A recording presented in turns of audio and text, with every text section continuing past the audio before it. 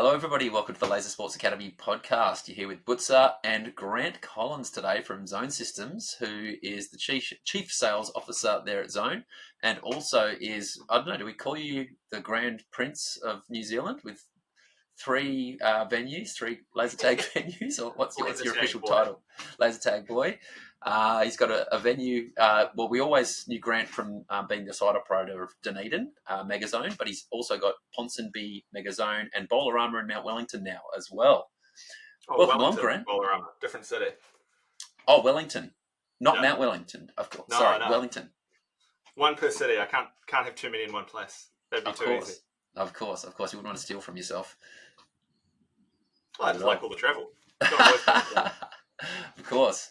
Well, mate, we're very lucky to have you today because, you're expecting very shortly. In fact, very, very, very shortly. If a lady runs into the room saying you've got to take me to the hospital right now, that is not a thing that is outside the realms of possibility, guys. Grant is expecting very soon. So I really appreciate you coming on today, mate. Welcome along. Thank you. No, yeah, it won't be long at all, and then get a break from running entertainment centres to change diapers. So I can promise you it won't be a break, mate. You'll be like, take me back to work. Being a dad's the best thing in the world, and also, the biggest rite of passage you'll ever have, mate. Another fun journey. Yeah. Well, mate, thank you for jumping in today. Just so the people at home get to know you a little bit, just tell us a little bit about your background, about your venues, and how you ended up being both an operator and working for Zone Systems. Yeah, for sure. Out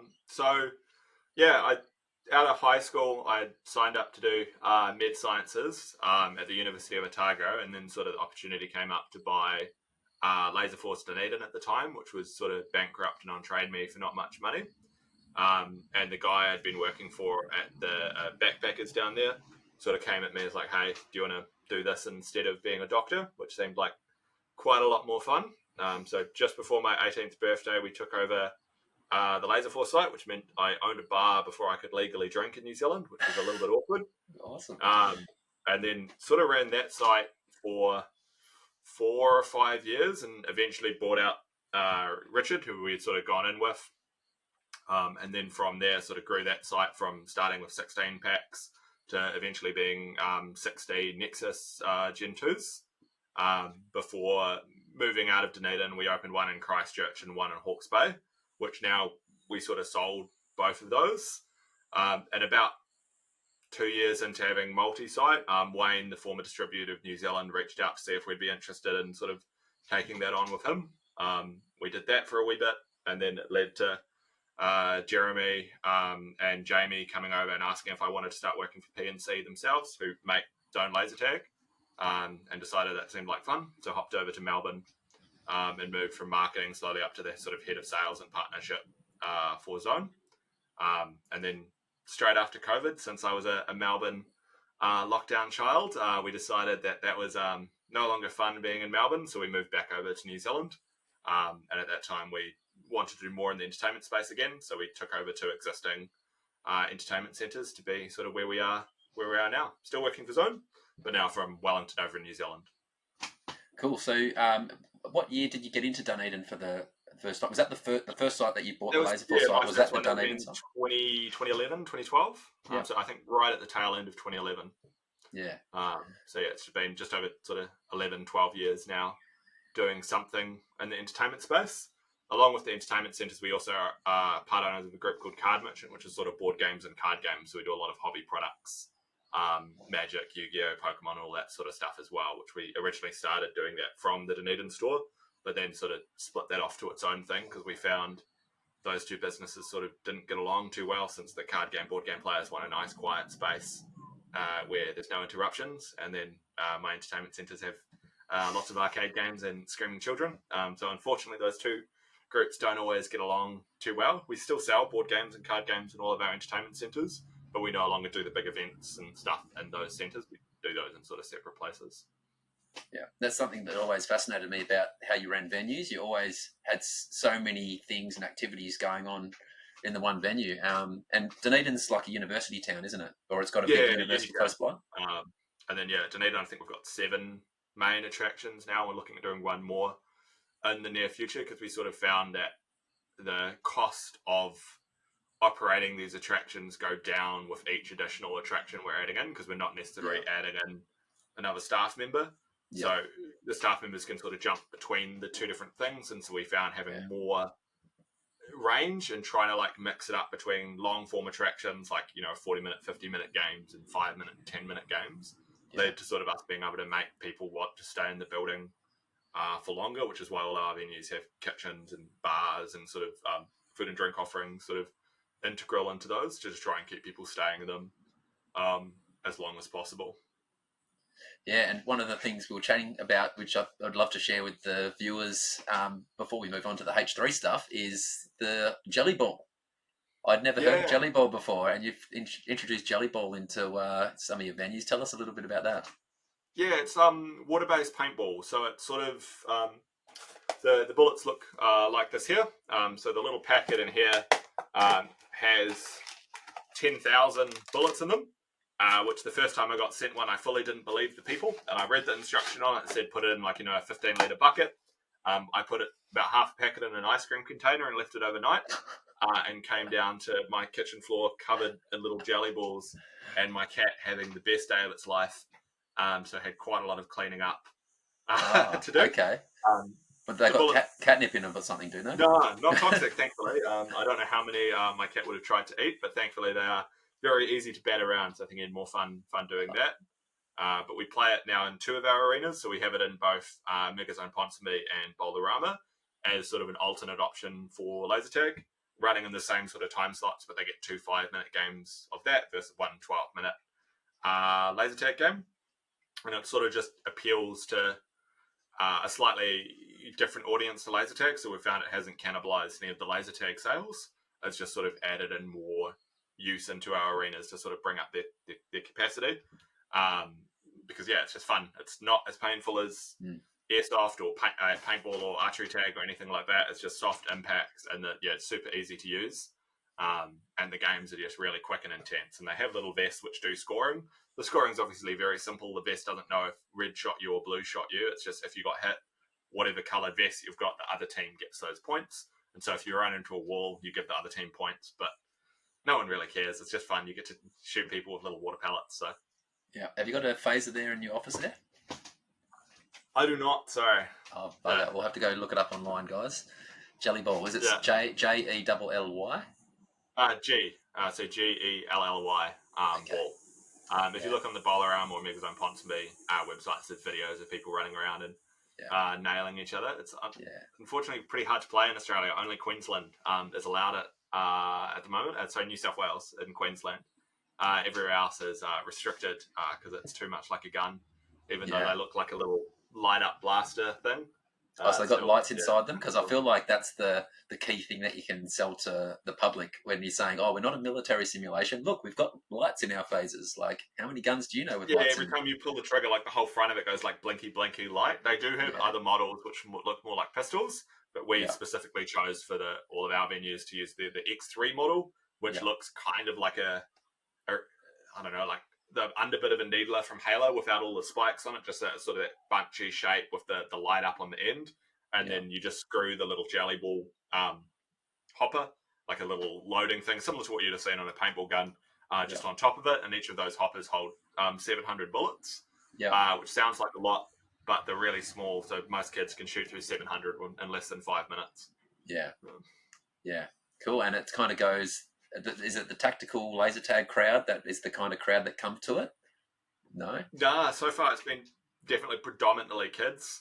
And then a lot of sort of work groups with sort of, I'd lean towards saying the work groups there would be some people at the work group saying, hey, we should go paintball, we should do airsoft, etc. And there would be a bunch of people who were saying, no, let's definitely not do that.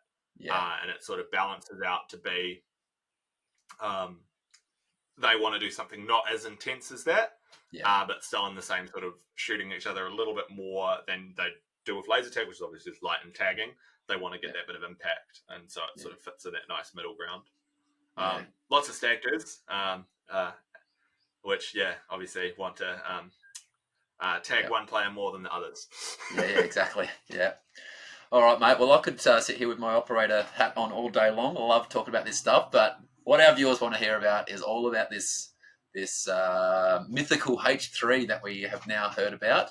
You guys did an exceptional job of keeping it all under wraps because I don't think any of us really knew it was coming, except there's probably a few insiders that knew. I actually was interviewing a guy, his name's Moisha from Latvia, a couple of weeks ago. And he mentioned that he went to a European trade show and he said, "Oh, yeah, we were checking out H3." And I'm like, "Oh, don't you mean H2?" And he's like, "No, H3." And I'm like, "Oh, God, what is this H3?" And then, yeah, lo and behold, not long after it gets sort of released. So, yeah, Announced, yeah. if formally announced, exactly. So, mate, the floor is yours. You're chief of sales. Sell us H3. Tell us all about it. Yeah, so H3 is sort of the best part of H2 and Helios Pro combined. So we ran the H2 system for quite a while, which allowed us to do a lot of testing of new bits of hardware and sort of introduce things like the videos on the screens and the faster processing, and then in the later generation of Helios 2, the Wi-Fi updates, meaning you no longer need cables or anything like that to update the equipment.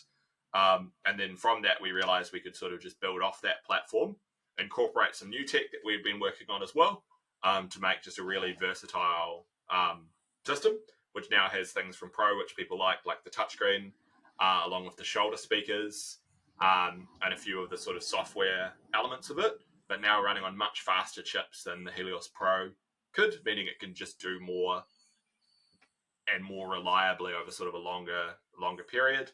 Is it the same chips as the H2? Same chips as that? H2? Same chips as H2? No. A lot of them are the same, but it does have some new sort of stuff, particularly new LED drivers, and a few other sort of new components. Obviously, it had to incorporate a touchscreen, so there had to be revisions for that as well. The plastics are the same as H2, with the touchscreen being just a little bit higher on the outside of the phaser shell, which is sort of a laminate connection. But yeah, the plastics and all of the other components of it, yeah, exactly the same.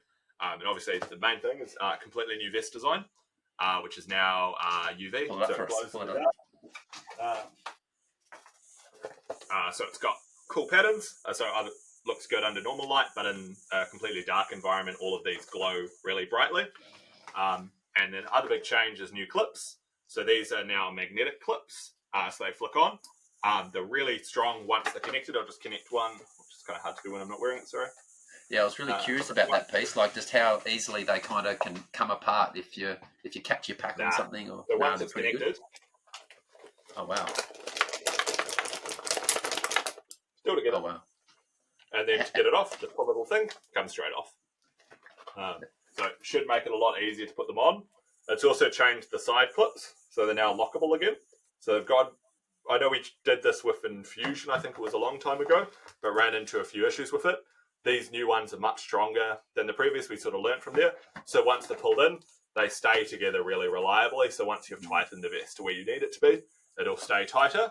And then in the event that it does break, it's now got a really strong Velcro and a bit that has no sort of pressure on it under its normal use. So if the clip does break, it can be removed and replaced without needing sort of an industrial sewing machine, which the previous systems, so like the metal clips, had. The metal was great because metal's metal. It doesn't break very much, but obviously you've all played with it and they come loose when you're moving around, etc. So we tried to get rid of that. Does that mean the strap doesn't fall out anymore? What's that? Does that mean the strap can't kind of just fall out and... Correct. Yep. Yeah. So at the end of the strap, it's got the same thing as before, but when it goes through, it won't pull through there unless you really sort of forced it through. So you could like get it through and angle it perfectly like an old sort of backpack size. But under any normal use, that's not going to come out, and it's also not going to pull. So that's me with all the force I can do. Yeah. Neither the Velcro came off or it sort of loosened at all. So it should make it much easier for the tightness. As an operator, that was one of the biggest bugbears with H Pro, is that the amount of times you go in and you're trying to kit a game up really quickly, and whoever's taken the pack off previously has just like pulled the whole thing apart, and the straps are all flapping in the wind, and you've got to such a time. So many times coming in the morning and half your vest have one side undone sitting on the vest racks is now gone. And those new clips, they like definitely take a second to get used to in terms of the first time someone puts them on it. They're a little bit fiddly, but as soon as they've got them, they're super intuitive with the little string. I've seen so many kids use it now without sort of any difficulty after just the first, it's not a buckle. Oh, I just clip it together and it just goes. And when you're putting a pack on somebody, you can just still use one hand and pull the strap straight behind them to do a quick tighten. Yep. Yeah. No different. Yeah. Like the phaser shell itself in terms of the size, sorry, not the phaser shell, the vest shell itself is the same size as the H2 ones. So it's just the difference of, different clips and different sides, but it's the same fashion of just flicking it over the side on it to sort of put it on that way. Yeah. Cool beans. I'm just wondering whether I should. How's the images on the website on the PNC website? They're not that great. I was going to maybe pull the website up to see what the packs look like under black light. I have just finished a photo shoot of Helios 3, so I can just bring in that. Give me a moment. Literally 4 days ago. So we're still editing photos, but we've got lots of sort of photos of the equipment so people can sort of get a better understanding of what it looks like under the dark sort of environment as well. Yeah, cool. Give me one moment.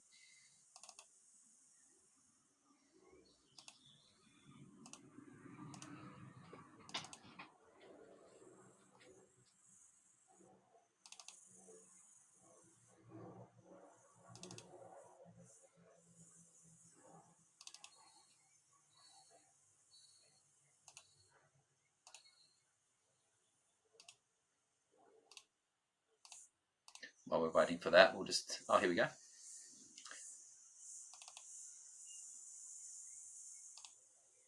So that's just a vest sitting under UV with the UV wallpapers in the background to sort of full brightness. But then when you jump into sort of kids straight in the arena,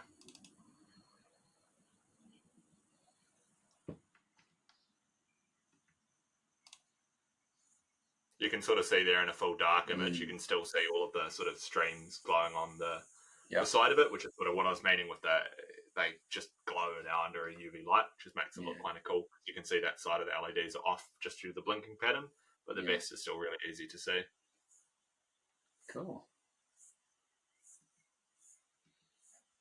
What's the feedback been so far from operators and players? Really good. So we've only got a couple of sites with it so far out in the wild, but from the show, about 200 vests were sold over the European show. So it's just starting to ship out now, so we'll get a lot more sort of feedback moving forward. Since it isn't really taking away anything people liked about 2 or Helios Pro, it's just sort of combining them together to give the sort of all of those options that people wanted in terms of now it's got the game editor and along with a lot of the software things which were limited to the pro systems. Now on Helios 3, it just makes it much easier for people to make the system operate exactly how they want it to. And using the sort of reliable hardware from Helios 2 and then just improving it with sort of lessons learned over the time in terms of it's got the new charging chip, which means from full flat you can still just boot it without using a charge booster or anything like that, which was a problem with some of the earlier zone systems. It just makes it sort of just really easy to get the best out of your system without having to worry about, taking stuff apart too much. It introduced a few other cool new hardware things. Some of them are going to be backdated across the systems over time in terms of it's got a new curly cable, which now has an extra 2 cores, which just makes it more reliable for sort of a longer period, as well as allows for a lot more sort of diagnostic and maintenance data in terms of being able to tell what's going on with the equipment with more detail, because now it's got more sort of ability to transfer data back and forth on different channels, along with a bigger battery. So it's gone up to a 15 amp hour battery from a 13.2. Okay, so what does that mean for uptime? Like for a brand new battery, how long should a pack last if it's in regular operation? About an hour and a half longer, an hour and a half, 2 hours longer than the 13.2 amp hour battery. Both the 13.2 amp and the 15 obviously a full day under a normal use case as a brand new battery. But as you know, sort of batteries over a period start dropping down and their limited life. So we'd hope to see people get maybe 2 to 4 months more life of the battery when it's still at sort of the capability of running a full day without any boot charging under a high use environment. Under a low use environment, playing 20 games a day or something, those batteries will just last for ages. But for those really busy sites or leagues and competitions, etc., which are really slamming those packs, it will certainly add to the life of that pack being up there. And in terms of charging the packs, to get to like, I don't know, there's probably a percentage like 80% of charge where, you know, the between 80 and 100% takes a lot longer. I'm not a technical guy, but I understand that's kind of how batteries work. How long does it take exactly to get them to? It's like a massive amount in a really short amount of time, and then the last bit just takes forever. There was some firmware changes, which I think saved about 7 minutes out of the total charge cycle. But it's still, I don't know the exact number, sorry, but I believe it's like a couple hours to get it to like 80%, 90%. And then the last small chunk just takes about the same amount of time to sort of trickle in that last bit of the charge. Yeah. Still obviously on the magnetic leads or the normal leads. So easy to just tap on to charge. So it feels like you guys have just kind of been making like nice incremental little improvements in like a variety of parts of the pack, just trying to, start with the competition, because I know there's competitors that are doing the magnetic buckles and stuff now as well, and also just making it easier for operators. Improving the battery life just marginally, things like that. What a lot of our viewers will want to know is about the timing of the pack and about does it feel, when you're playing it, does it feel like a H2 pack or does it feel like a H Pro pack? And I know that you're not really a player as well, Grant. So do you, when I talk, it's like I couldn't count it to the very quick seconds that I know comp players do. I played in one competition and was very much quickly schooled that I may be good against public, but against anyone who plays as much as the competition does, no. So when I say the word timing, do you know what I'm kind of referring to when I say timing? Yeah. In terms of it turn back on time, I believe it's very similar to Helios 2. It's still running on the Ozone system. So as you sort of saw with Helios Pro, when it changed from being Windows to Ozone, that timing did change ever so slightly. But my understanding, at least, is Helios Pro and Ozone and Helios 2 and Ozone are very similar, with Helios Pro being a tiny bit slower due to the chips. But with Helios 3, it has faster chips again. But it should feel pretty much the same as Helios 2. Everybody's going to be pretty happy about that, which is nice. We went back. We made it back for infusion timing. You'll come on between 7.5 and 8.5 seconds after you get deactivated, somewhere in that range. Thank you. No. I'm not sure if you've heard the feedback, but I think the general consensus is that everyone loves H2. Like the way the pack plays for competition. It's crisp. The gap between when the sound ends and when you can be tagged and get tagged is shorter, but there's still a gap. And so there's still that skill of having to time your shot perfectly, but it's not quite, you don't quite get as many doubles as what you do on Helios Pro. There's a lot of doubles, which means both people tag each other at the same time. On H2, you generally have a winner. You still have doubles, but you generally have somebody winning the contest at a greater rate. So, everyone's been really enjoying that. And the other part, Sorry, you just noting. Remember, H3 also has shoulder speakers, so it brings back in the ability to have the split sound, which sort of I know we got a bit of feedback with it when it was gone on the 2 system. People really liked it from the Pro system, so that's back there as well. Yeah, cool.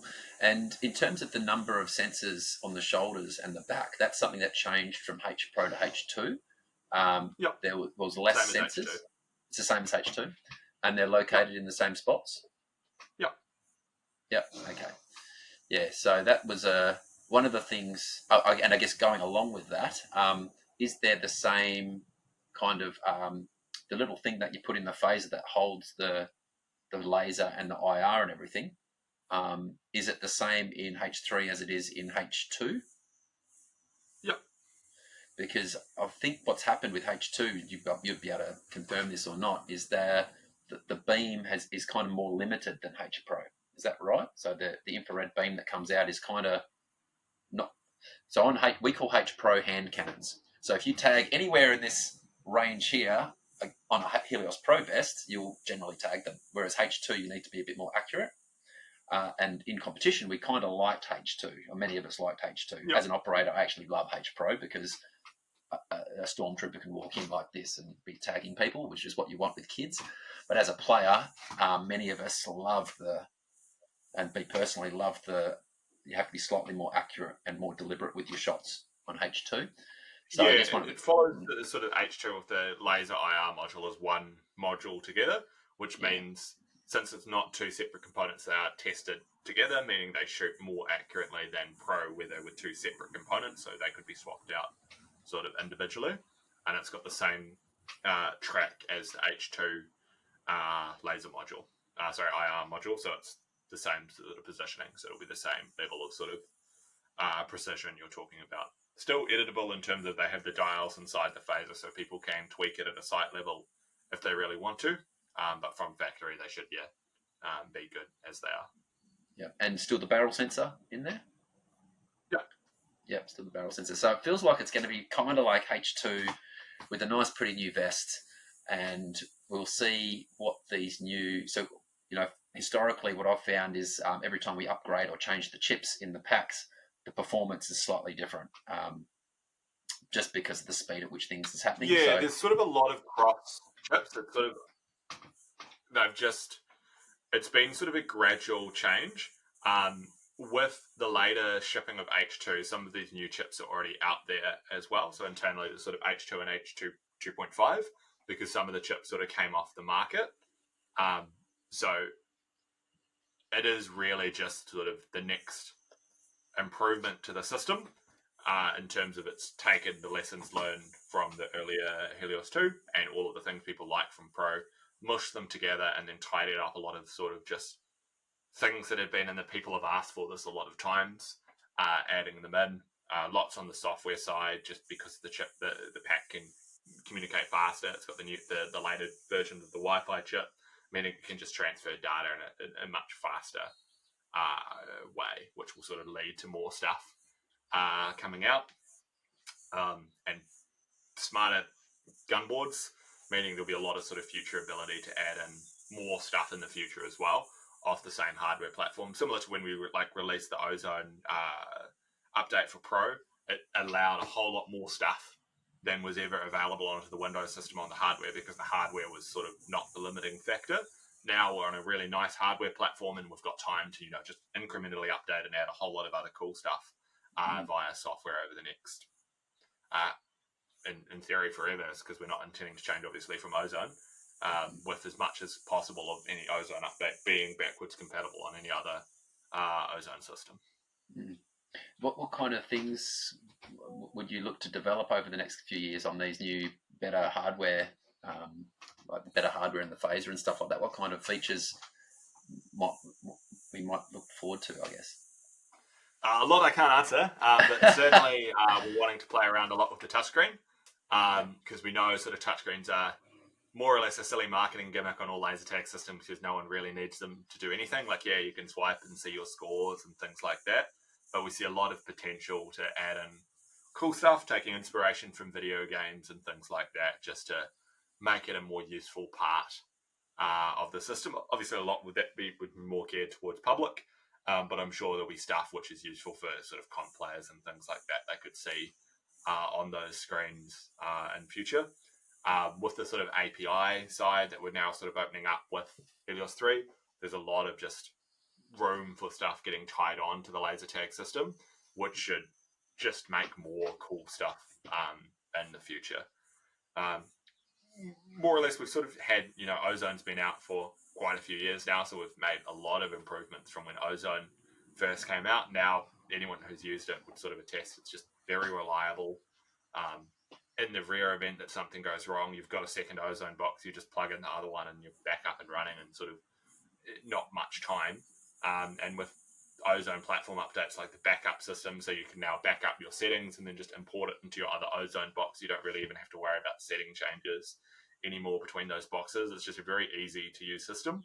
And so we're hoping just to start adding on additional cool stuff that sites can use if they want to use, not going back to sort of the original Windows Pro system, which is here's 500 settings that you're never going to touch. Have them all sort of in nice and easy to understand bites. So if people want to start playing with API or want to start playing with advanced, score settings or adjusting timings and things like that, they don't get overwhelmed and sort of having all of these configs in one place. So there's been a lot of sort of reconfiguring of where stuff is on the Ozone platform for any sort of site operators or staff, or sort of comp players who have used the system. You would have seen that like DMX controls has now been brought into the Ozone system. Updates are now in there. The music controls have been updated again just to make them so much easier to use there, just to make it so you can really tweak the system and not sort of have to jump from platform to platform if you want to play around with new settings. Yeah, cool. Yeah, so let's talk about the API thing a bit. I'm really keen to hear kind of the Zone Systems philosophy on third-party software, third-party hardware that kind of utilizes the API system to improve or make new. We've seen new scoreboards, we've seen tournament management software. Yep. There's a whole host of ideas and things that people have. Even the player tracking that Danny and Aaron are doing up in New Zealand. Yep. You probably would have seen some of that stuff. What's Yeah, the for sure. philosophy from Zone Systems on third party stuff? And is there a general encouragement of it? I guess. Do you see does Zone Systems see the value for Zone in supporting people to make their own stuff? Yeah, like with the new API stuff, which is obviously is Ozone wide, but sort of has the most functionality with Helios 3, we're really keen on people using the data provided in the framework to really make cool things. As long as people are using the API itself, we're not going to restrict anything. Obviously, if anyone's just trying to hack the system, it's going to be a very different answer. And with each sort of generation of Ozone, it's getting much harder to do that. And there's sort of a lot more. The system is now geared up in such a way that the API gives you anything you could possibly really want to play with in an easy to use fashion. So you can do all sorts of cool stuff with the API, and there's a lot more data getting pushed up to the cloud that people can play with. You might have seen there's now QR scores for all of the Ozone systems. So you can have a QR score, and people just have a printed card there. They scan it, and they can get all of the cool stuff, including calorie tracking and a whole bunch of new stuff straight at site level without any sort of third-party things. There's quite a lot of work on the scores in general to make a more stuff available through sort of an API that we'll be providing specifically to scores to allow people to do some really cool stuff with scores in general, as well as sort of player data there. The reason I sort of head on, we don't want people to really try and pull data outside of the API is it gets into the point of people start doing that. We just don't have to lock things down, because like as a site operator, I wouldn't be happy if I knew someone could pull my game data and see how many players I had playing at my site per day, because they could use that to sort of compete against marketing, saying, oh, they're getting 500 players, we should open a site to compete them. So it is sort of a balancing act of how easy we make it to pull data versus what we're protecting, so we're not infringing on other people who haven't really signed up to have their data played with. It has to have that sort of level of protection. So that's why with the new API agreements, they sort of lay out what you can do, what you shouldn't do, and what you definitely can't do. And as long as you're doing it, you're staying in the lane of, hey, we're following all the API rules, we're using the data that's on sort of storing all the systems in a responsible way within the agreements, we're super happy to help or provide information as possible. And there's a lot more sort of documentation being made for the API system. We've already got a handful of people with dev licenses for the API across Australia and New Zealand. We've been making really cool stuff within the system. And then, Tim's super quick to answer any sort of questions within there. He promises, or at least he said to me, that he gets back to most people within 24 hours, which is sort of a great response time for API development and sort of that cool stuff there. Yeah. So if there's somebody sitting at home watching this and they've got some skills and they want to start maybe playing around with some of this stuff, they talk to Tim. Is Tim the contact? Tim's got the contact for it at the moment. Yeah. Tim Ellers from Zone Systems, and they'll have to get some kind of special license, will they? So they'll just get kind of approved as an API developer. Yeah, to get a dev license, it's sort of a step above, and then they get access to sort of our internal wikis and things like that, up to a dev level, so they can see all of the different calls they can make in terms of how they can interact with particular things, how these bits work, and they get sort of a long list of existing commands and data to be pulled out, and then they can sort of just go wild with it. Obviously, they need to have data at a site level in terms of they need to have a site that they can test their stuff to get score data. There is sort of a little bit of work in process to make sort of a box that people can just demo data and test them on to make cool stuff in the future. Yeah, but it's quite hard to simulate sort of game data in a realistic way to make that sort of useful. Yeah. And does the ownership of the data stay with the operator? No, it's Zone's data. It's all Zone's data? Yeah. Yeah. Okay. And so if, say, for example, somebody was making money off the development that they had made, they'd have to come up with some kind of agreement. So, for example, they created some kind of scoreboard that was presenting the data in a new way, and people were paying like a membership fee or something for that. Would that person who's developed that third-party software need to create some kind of agreement with PNC Micros to validate the fact that they're making money off it, because it's not actually their data, it's Zone Systems data? It's not an area that I'm particularly experienced with, sorry, but in terms of how the API works, there is a license to have the API data being accessible at a site level, because AWS fees, the data is being stored and put onto the cloud and things, so there's an associated cost to that. It is very small in terms of the data management fees, but I'm not sure on how third-party licensing in terms of charging for fees, etc., would work. It's something I think would have to sort of look into the future more if people are sort of making their own cool custom stuff outside of it that they want to sort of charge with. Because it's not something we've really done yet, is it? Like, most of the third-party stuff's just been stuff people have done out of the labour of love or wanted to contribute to the sport. So we haven't really seen that kind of tested yet. So anyway, we'll see if it pops up along the way. It was just a curiosity I had. I think it's a question people who are in this space ask all the time. So really, sure. I think it's a great direction you guys are going, opening things up and creating a way for people to create cool stuff that keeps people on Zone. Essentially, that's what it does. Keeps people within our playing community. Because I guess I'm speaking on behalf of it as an operator, but also as a player as well. In terms of the playing community, it certainly keeps us dedicated to Zone when we've got all these sort of third-party apps and these scoreboards and all these cool things that are getting created. George down in Hobart has created all these great. Have you seen the Fireboard with all the chain tags and all the various domination streaks and all the various things that come up after a game? Those kinds of things just create such a greater depth of conversation on the stream, because obviously we stream our competitions and the commentators are there and the things pop up at the end of the game and it creates great talking points and it just increases the overall interest in the sport. So all that stuff is hugely advantageous.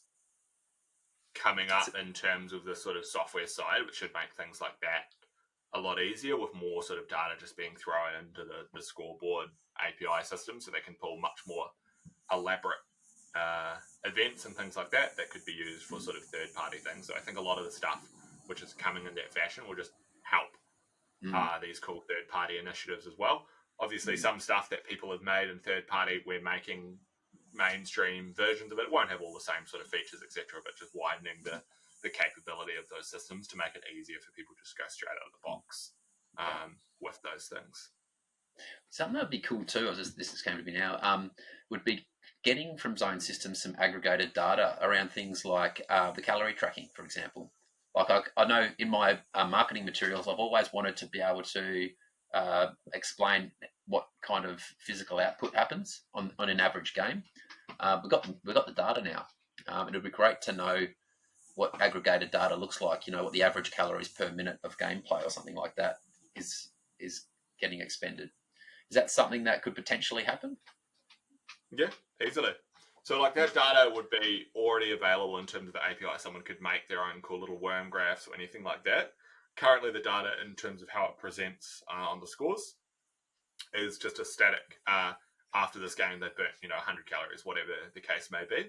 But it wouldn't be particularly challenging to just add into sort of the web presentation of those scores to have the line of you burnt this amount of calories over time, your average burn per minute, and things like this. Because once the data's there, it's all just presenting it in different sort of ways and things like that.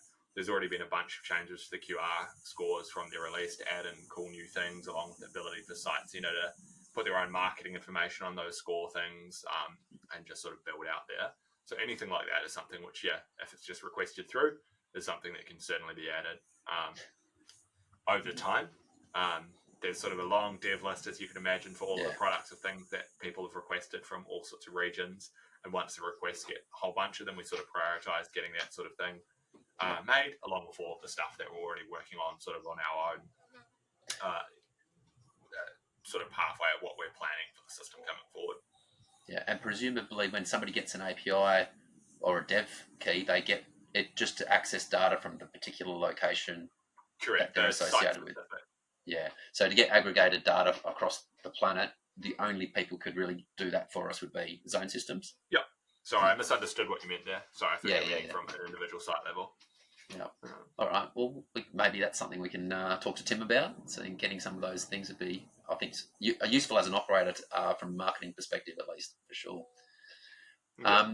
Yeah, man, that's great. Now, just before we move on from the whole H3 thing, let's talk a little bit about new bases and devices. Now, you don't have a, what do you call them, GU9s, are you? You don't have a GU9, I don't have one with me, sorry. That's all right. I've got a picture of one here. I'll put it up. If anybody hasn't seen the new bases, I think they look super cool. Let's go.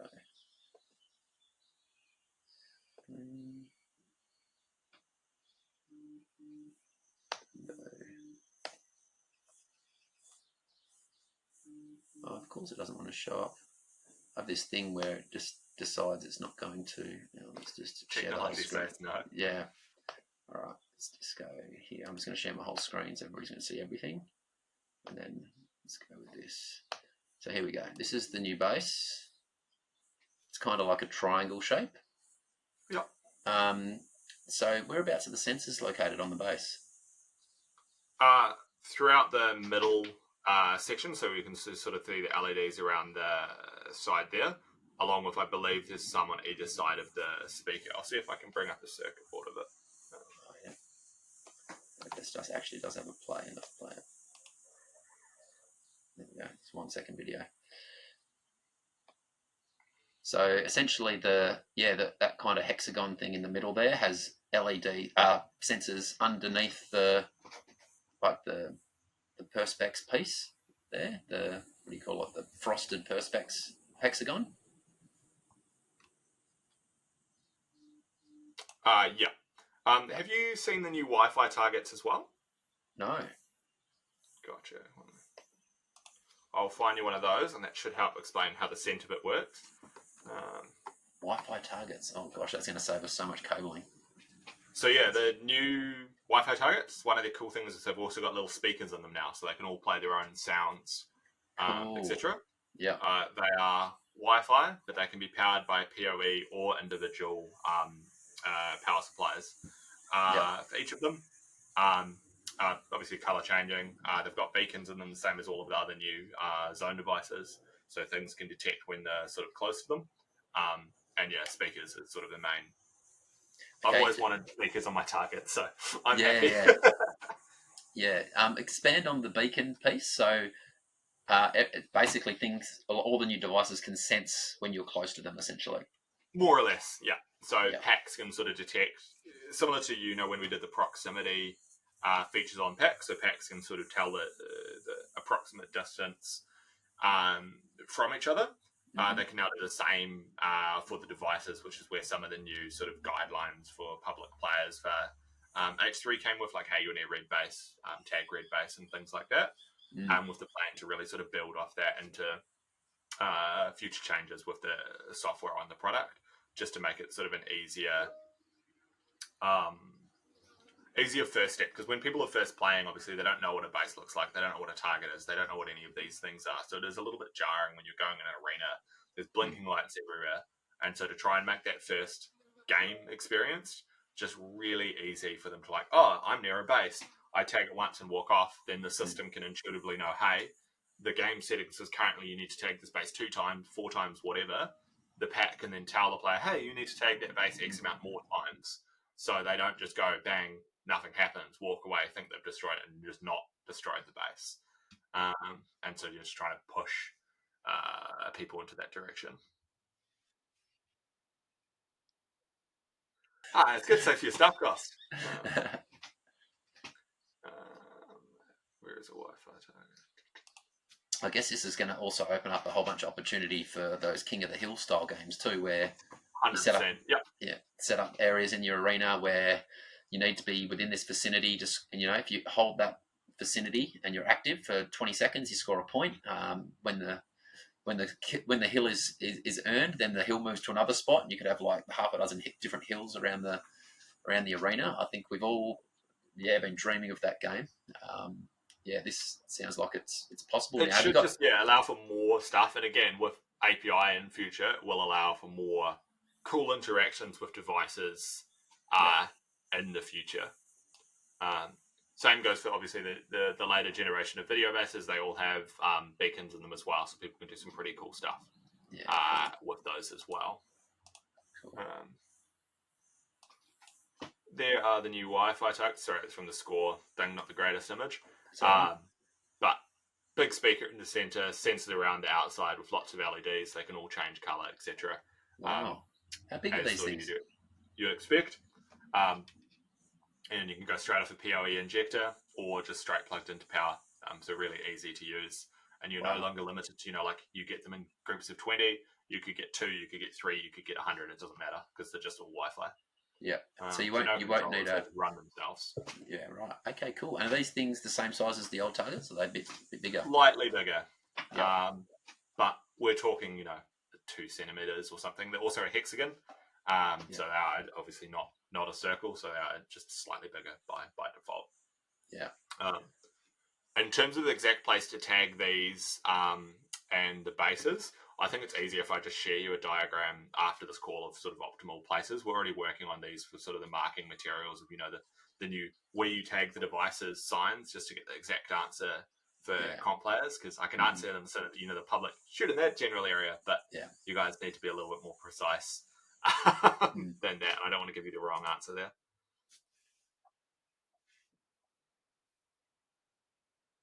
I'll have to get it made, sorry. I'll just flick it through afterwards. New targets, is there, and so all the device R&D's been going into new targets and the GU9s. Has there been anything else? The video base, which came out sort of late last year, which is the newer version of the video base. Have you seen those? Or I don't know if I've seen the newer version or not, actually. Yeah, let's pull it up. And basically, it's a base which has some targets around it, and people tag the targets to destroy the base. If you sort of, just grabbing a photo, it's probably going to make it easier. The main feedback we got from the first new version of the video base was the targets weren't very intuitive, with them sort of being a little bit behind the shell. So it's updated to make it a lot easier to see where you're supposed to shoot it. Yeah. Along with just the whole device looks nicer. It's got the new sort of embossed LEDs you would have just seen in the GU9, along with the target. So it's got that nice full glow instead of little blinky lights sort of all around the edge, with not only sort of new things added to the screen just to make like, hey, there's an arrow which bounces back and forth to make sure you know exactly where to tag. But also it's just a lot clearer when you see it, there's target, you shoot the target with it. And it's also smaller and thinner than the previous one, so it just looks a little bit nicer against the walls. Yeah. And do you run these in your venues? So we've got a combination of bases across just from when the age of the venues are. So we've got a couple of these. We've got a lot of GU8s, and I've got one GU9 now in Bolorama just for some sort of testing as well. Functionally, like the GU9 is just the newer version of the GU8. So if they've got a GU8, there's no reason to sort of upgrade to the GU9. But I see a lot of sort of public fun with the video bases. In terms of, because they've got the mini games and they've got a bunch of other cool stuff that they can do in terms of they can act as mini scoreboards throughout the middle of the game, and they can do all of these other fun things just to really enhance the public play. I think they're really cool. we're also playing with what we saw a site down in Invercargill did Jumpin' Fun, where they put haze machines above their video bases. So when you destroy the base, it shoots haze directly on your head. I think that's great. So we're currently retrofitting most of our arenas to add in this little haze machine, so it's going to shoot down when players destroy the base. And the haze machine in question also had sort of a par light functionality in there. With the node red system, it can just tie straight in, meaning the par light match the colors of the base. So if the base is red, the par light goes, the haze machine goes red. If the base is blue, the haze machine is blue, etc., and pulsing. So when the base is tagged and flashes white, the machine goes white as well, just to make it really clear and sort of just more engaging throughout the game. So is there like a brain inside this video base, or would you manage like the par light and the haze off a DMX system? That's kind of gotcha. So the haze machine in question has the par light inbuilt into the haze machine. So it's a 1 unit. It's a Blaze 600, I believe, which has the 7-channel par and a haze functionality within it. That haze machine is run off the Node Red controller, which is sort of the backbone of Zone's DMX system, which is just really easy to use. If you're using Beams or Chevet brand lights, it's pretty much just plug and play, as long as the light's been used within the system before, which is an easy list to see on help.lasertag.com of all of the lights which are already programmed in. You just grab it. If you get the Beams version, it's cheaper. If you get the Chevet version, it'll last a bit longer. But they use the same channel guidelines in terms of channel 1 is amber, channel 2 is red, 3. And so you just put it to the channel it specifies. So, for example, for the haze machine I'm talking about, it's like channel 400. You put it to it, you plug it in, it just works. There's nothing else you need to do as long as you've got Node Red running on your system. It'll just automatically tie into the base. To select which base it is, you just tell the haze machine is it channel 400, channel 410, 420, going up like that, so it knows which one it's referring to. And there's lots of devices already in there. There's like 4 or 5 different versions of each par light code, bar lights, laser lights, attack lights, all sorts of cool stuff, just to make it really easy to have an interactive arena. And if you know what you're doing as well, you can just sort of tweak it. So like in Dunedin, for example, I have 8 laser lights just chilling on my roof, which don't do anything until game gets to 10% of time. So in the last 10% of the game, all of them just turn on. And so for the last 10%, it's just intense, there's beams everywhere. It's just cool. And it's really easy to sort of adjust it. Like the code is web-y, I think it's like Python, but it's not complicated. It's like pretty easy to, in terms of if you had a par light and you want to make a par light do something slightly different, it's not hard to sort of just infer from reading it what you'd need to change there. Yeah, cool. And these video bases, are they just like you plug the power in and that's it, or they're on Wi-Fi? Yep. They have Wi-Fi capability. Since it's a permanent base and it's a large object, we'd certainly always recommend running a network cable to it. Not required, but definitely recommend it. Yep. Very cool, man. That's really cool. So it's a lot of cool stuff that's all happening. Is there any places in Australia that you might not be able to say, but where would we be expecting to be able to play H3 first in Australia or New Zealand? I do not know off the top of my head, sorry. Yeah. I don't, apart from where they're getting tested at the moment, there isn't really any sites currently playing around with it. There's lots of people obviously talking about getting upgrades or getting new sites in Australia, so I wouldn't imagine it'd be too long till one pops up. Yeah. But there's none sort of, it's opening tomorrow sort of answer there. Yeah. And Europe? Have you got any in Europe? There's 3 going into Germany over the next couple of months. Cool. And there's 2 going into Spain, and I believe 1 into Italy, all in the first quarter of sort of next year. So there'll be a few over there. And a couple to France and a couple to the UK as well. So okay, there's going to be plenty of opportunity. Yeah, sweet. And the US guys, you guys are going to IAPA in a couple of weeks. So in like 4 days. Yeah. So I would imagine more very soon. Yeah. So for you US guys, we'll keep you posted. But hopefully they'll be selling a whole bunch of systems at IAPA next week. So very cool. Yeah. Cool, man. All right. Where are we? All right. So let's. Is there any kind of updates on kind of the membership side of things that you can give us?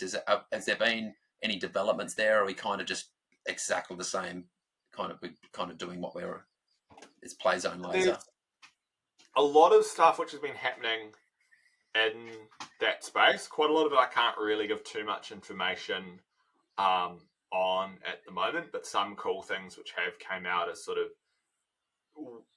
having it now being able to talk to sort of arcade cards, etc. So it can now do tickets and all of that sort of stuff through quite a lot of those platforms, which sort of shows you the direction that the membership system is being pushed in. The backside of it has been sort of streamlined quite a lot. Like if you've been using the sort of online portals and things, you're hopefully noticing they're getting sort of faster to sort of operate and pull up reports and things like this.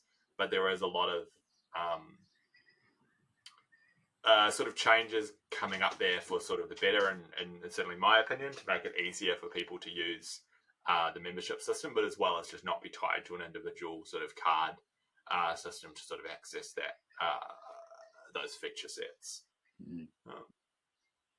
Yeah, cool. Something I noticed, I was looking through the Zone Systems website just before we jumped on today, and I noticed something that was solved with the API access is the ability to integrate through POS and arcade systems. So, yeah, I'm interested just as an operator now. I'm kind of going back into operator mode. Like, is it you guys got certain software that you guys are integrating with specifically? Yeah, so it's sort of a work in process. Intercard is done. It's available right now. Embed is getting worked on at the moment. Parafit Sequoia. Sequoia is sort of on the list, and there's a bunch of the other major card systems which will be sort of worked through. We've also done a full integration with Apex Timing, which is sort of a European software predominantly, which allows people to book their laser tag packs through their POS system. So they load it up and reserve packs into a future time slot and auto-populate names or images, etc. onto the sort of packs there. And that's fully API available as well. So if you have your own POS system of any kind, you can send names, team names, what slot the packs are going into, all this sort of stuff straight into the Ozone system to sort of make it easier to run off one single point of truth software, as well as get sort of data back out like game finished and these sort of elements. Depending on how hard you want to sort of play with it, you could also bring back score data, so you're leaving the customer in the end with sort of, a unified, hey, you got this amount of points on go-karting, you got this amount of points on laser tag, and things like that is sort of the end goal for it. But at the moment, we're just focusing on smashing out all of the card systems, because we've had a lot of requests globally for people to want to be able to run their laser tag packs from that, so they can just load their credits, at the counter, and then take it on to activate their packs, etc. With either using arcade credit in terms of the system can talk to Intercard Embed, whichever, and say, hey, it's going to charge $5 off due to the settings on Embed side, scans, takes $5 off the card, or they can use the other features on card system, because most card systems have, like time play, credit, token, activation token, and all these sort of different levels. It can pull a particular one of those to have that sort of game activation be used as well as you can set it to, depending on how many points they win, how many tickets they get, and things like that, to really just bring it into the sort of the overall FEC infrastructure there. Mm-hmm. Very cool. All right. Okie dokie. Is there anything that I haven't asked yet, mate, that if you were in my position you'd ask? Like, is there anything special about H3 that... I think, one thing we haven't really touched on is it is still using the sort of the software model that sort of got introduced with Helios 2, meaning it's got a lot of different levels in terms of how much you want to play with in terms of the software. Like, do you want these features? Do you want those features? And this has really been sort of streamlined with it, so much to the point that there's now also trial software. So if sites want to test features, they can jump on Game Pack 5 or whatever for a month and just test it, use it, see if they want it and stuff, to make sort of more informed choices about what features they want to get. As an operator, there's like a million settings on your laser tag system, and in your public games, you're sort of just running solo and team. And then in the league players, the league and competition, there's a whole lot more features which are wanted. But even past that, there's still umpteen settings which may not suit your particular site's operational model. They may be absolutely pivotal for another site, but completely worthless to you. And so with these new Ozone systems, we sort of took the feedback on to be able to lower the total price of the new system, but have all of these bits of software as, hey, if you want this piece of software, you can have it. But that led to a little bit of confusion of like, oh, what is the benefit of this particular pack or this particular set of settings that you might want to get, which is where we think the trial element will just be really sort of helpful for sort of those informed decisions there. It's something we definitely want to play around with more in the future as well, to sort of offer, global trials. When we put out a new feature, we'll just chuck it on everyone's site for a certain amount of time so we can get real feedback from sites in the field of what these new features or changes would be. But it just leads to sort of that room for future growth in that sort of space there. What does the standard default kind of H3 system include? 17 games, 3 teams, every language, local maintenance, printing, and things like that. Sort of all of the core features that you'd really need to run the laser tag system. Obviously, if you're purchasing a laser tag system, you're sort of buying packs and then everything else. So it's the same sort of principle. You'd still need to add in your vest racks, bases of your flavor of choice, and all of these sort of things. But the default package just comes with absolutely everything you could need to sort of run the laser tag system. And then we've made various bundles that can be sort of added in. So there's like advanced controls, which just add in a whole bunch of other stuff like score editor, game creation, folder creation, and all these sort of things in one bundle. So you get it, and it gives you all of the functionality that you might need within that space. Because we, again, got feedback from Helios 2. There was too many tick boxes that people could choose, and it wasn't as intuitive as we sort of hoped for people to want to be able to customize it to be their flavor of laser tag system.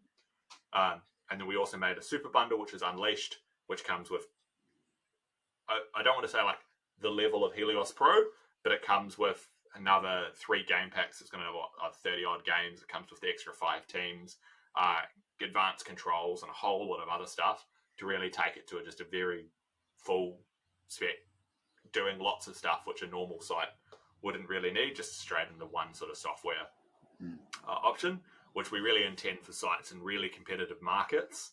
It makes sense for them to get, because then they're obviously competing on my system can do X, Y, Z. This is how I'm sort of pushing against these sites. But for a sort of a standard site or a site setting out, we want to have the price as low as possible for them to get started, and then you can just sort of incrementally add software over time, which allows you to do great sort of marketing push, like 2 years after you're operating, hey, we've now got another 20 games, come and check out all these new things, is much more beneficial for a site than they come with 50 games straight away, and then everything's out there. There's nothing really to, to add and market as something new, which isn't expensive, because you don't want to have a site 2-3 years later spend, $20,000 getting a whole lot of new devices. That's silly. It's much better for the site to be able to add for a very low cost a whole lot of game-changing features which allow them to market all of this cool new stuff. Yeah. Like I know there's a bunch of sites over in the US which I think do really cool things, where they have only 8 games listed as available on their system, and then they have movie posters with, Infection playing this month, Survivor playing this month, and just rotate it through, convincing the general public that these games are just a quick release and then they're gone. So, just keep the hype on the system, which I think is a really cool sort of approach. Yeah, I've wanted to do it my own site for ages, but I'm not organised enough. Yeah, I can relate to that. Yeah, no, that's a great. It's like having a new movie coming out, right? Everyone's kind of looking forward to that new thing, and or if you cycle games on and off over the course of the year, you might have them on rotation, and people see that next month Infection's coming back or whatever it is, and everyone gets pumped. Exactly. Just to get that hype, because sort of the operational side is you don't want to make it overly confusing for the general public who might only play laser tag once or twice a year. Just sort of come in, have a great experience, and go. So you don't want them to be, bombarded with a million different options. There, and the staff don't want to have to think through 500 configuration settings and things like that to do anything. So it's just so much easier for everyone. If it's really streamlined, they can just put what they want on and it just goes, which is really where we've tried to push the system to be towards. Like with the folder and game copy editor, you can just have lots of versions of all the different games. So if you have a public version of Solo, it can be separate from the competition version of Solo, and you can have Solo with this timing or that timing, and just tweak it to a really individual level. And if you've used the Ozone platform before, you can sort of override and custom settings for every game mode with the tick and adjustment function, so pull it away from the core settings. And so it's really easy to create a pretty wide range of the same sort of settings crossed across all of those different games to make it as easy as possible for the site to sort of operate there without having to remember, oh, I'm doing competition tomorrow. I need to change all of these settings for these sort of things, which is, you don't need to do that. Yeah. Cool, mate. And now I know that have got to keep information under wraps and everything. Is there anything you can share about what we might be expecting in the foreseeable future? A lot, yeah. It's not something I can easily answer, but I think everyone should be pleasantly surprised with sort of, the software stuff coming out over a relatively short period, like not even a very long period. There'll be a lot more sort of updates for the Ozone system in general. Obviously, mostly focused on sort of Helios 3 with features tailored around the hardware capabilities of that systems, but still going backwards compatible as much as possible for the previous systems. One thing definitely on the operator side, which I know will be very much appreciated, is the ability to update your packs without having to plug in any cables. Yes. Because it's just great when you can just press update and sort of feature in this sort of quality of life, if we want to say, to make it as easy as possible to operate and keep your system just updated, running really smoothly is really one of the big things that we've been working along. But yeah, I think just, improved quality of life over the next couple of months, along with a whole lot of new sort of feature sets, which will allow for more possibilities for people to make their own cool stuff using our system, as well as sort of improve how certain things have been done in the past, just by making them a lot easier. Yeah. Mate, love the collaborative approach that Zone Systems is taking now. I love that you're opening things up to third parties. Everybody's been really pleased with the way, from a sporting perspective, how H2 performs, and to hear that H3 is essentially going to be H2 with a few minor changes, I think will be music to people's ears. Changes for the better. Yep. As long as you will always glow in the dark, which I think is really cool. Yeah, exactly. Yeah. Well, I look forward to just seeing what it looks like. I know for me, one of the biggest transitions in, I've been in laser tag for 30 years now, and there's these major changes that happen. Like, one of them was obviously when we went from T to infusion, and then for the first time ever, you push the button and the game happens, and you don't have to scan the packs at the end of the game. Yep. Like, we're talking big game changing shifts in the technology. One of them for me was the fat green dots when they came out with H Pro, and and also the targets that could be set to different special abilities. When we included that in our game experience, the difference it made to the overall, you just walk in and just see these lasers in the arena going everywhere amongst the haze, was just such a it was just such a transition in the overall enjoyment of the average enjoyment level for all our customers. So yeah, I always look forward to going in and just observing what the energy in the space is when you get a new system, and we've got now a new look to the pack. How the clientele respond to it, essentially, as an operator. And then, of course, from a playing perspective, I've got confidence that it's going to be great if it's anything like H2. So thanks so much for jumping on and sharing with us today, Grant. Just reminded me of something which is also kind of cool, which has been a thing for a while but hasn't been super well known, is the Ozone systems are cross-compatible. So you can play Bagheera 3 with H2, you can play Helios 3 with Helios 2. So we've already had 2 sites in Europe who wanted more packs to just start getting Helios 3 packs in conjunction with their Helios 2 pack. So it's not you have to do all sort of upgrade, because they do just sort of work together. So I think there'll be a lot of sort of sites maybe playing around with that. It's something that I've been loosely considering, at least for Bolarama, which is Helios Pro, because during the photo shoot, etc., we had the new packs, but we had all the kids in the other packs, and people loved it. So using them as a birthday pack or something like that, until a site wants to sort of do a full upgrade, is certainly a possibility there as well. That's cool. And also, when you've got the little 4 or 5-year-old that's not quite big enough to hold a pack, and you throw them into the Bagheera phaser and they can play with everybody else. Yep. Yeah, super cool. Super. Like, Dunedin added in 8B3 a while ago to our arena, and it's been really, really beneficial for those smaller kids, so they can just go in and play. Obviously, they don't have a back, so they're harder to tag. but you're also giving it to, a 4-year-old, so they're not Yeah. normally going to win anyway, so it's not a huge difference. The packs can just play. There's sort of no games apart from Super Stabby. The Bagheera 3 phaser can't do along with the packs because it can just run on the same sort of system there, so it makes it really easy for them there. For those of us at home, Super Stabby, you got to tag him in the back, right? Is that the one where you can tag him in the back? Yeah, so with the Bagheera pack, you've only got a phaser with Bagheera, so it's kind of a bit hard to get tagged in the back. So basically they're invincible the whole time. They'll still probably not win. Yeah, exactly. When you go bowling with the guy with the gutter guards, still generally doesn't win even with the gutter guards in, right? Yeah. Awesome, mate. Well, yeah, it's been a pleasure talking to you, Grant. Thanks so much for your time today, mate. Best of luck with the new family arrival. Yeah, man. I hope it really goes awesome for you guys. Yeah, you're welcome, mate. And yeah, hopefully we can do it again sometime when there's another big update you want to share with the world. You're most welcome to jump on again.